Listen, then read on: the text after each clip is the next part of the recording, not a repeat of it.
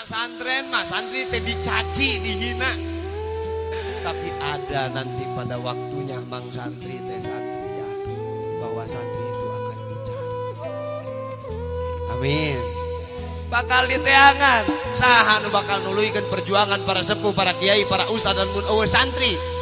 Cek saha nu bakal ngurebkeun 10 tahun, 20 tahun ka hareup lamun eueuh santri waktu ayeuna. Minimal ibu-ibu boga budak masantren.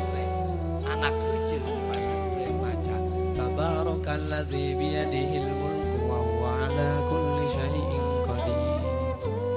Indung bapana geus maot, ngocor ganjaran gede-gede na ka saha? Ka indung jeung bapakna. Lamun teh mah indung jeung bapakna dikersakeun disiksa dina siksa kubur, tapi boga jariah anak anu soleh, anak nu bisa maca Quran, maka saeutik diangkat jeung dina siksa kubur. Amin Allahumma.